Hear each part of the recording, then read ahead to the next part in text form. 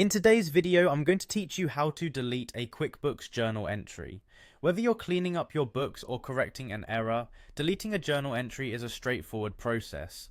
We'll walk through this step by step to ensure you can handle this task confidently. First, let's head over to QuickBooks Online.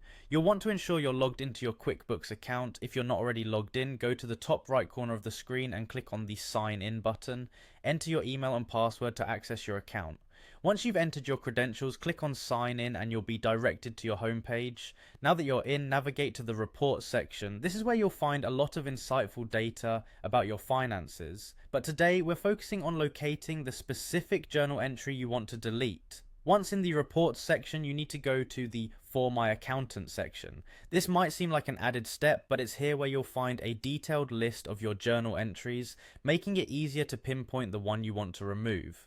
Within the For My Accountant section, click on Journal. This will bring up a list of all journal entries, each one listed with its details so you can identify the right one.